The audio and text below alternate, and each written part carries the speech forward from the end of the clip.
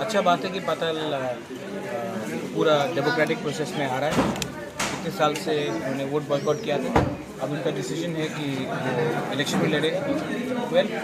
अब मैंने पाताल को हंसी मजाक में बोला है कि अब इनको मालूम पड़ेगा कि राजनीति कितना टफ है और गंदा है त्रिपुरा में। लेकिन मैं उनको बेस्ट विशेस देता हूँ। पाताल का खुद का पार्टी, वो खुद लड़ना चाहती है इलेक्शन। All the best.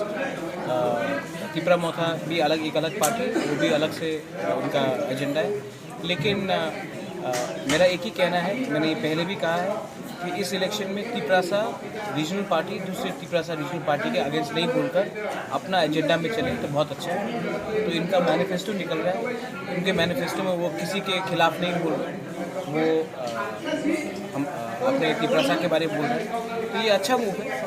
और मैं भी तिपरा मोथा का भी एक ही व्यू है अलग से कि किसी के अगेंस्ट ना बोले लेकिन अपना लाइन में चले। तो बस यही बात है।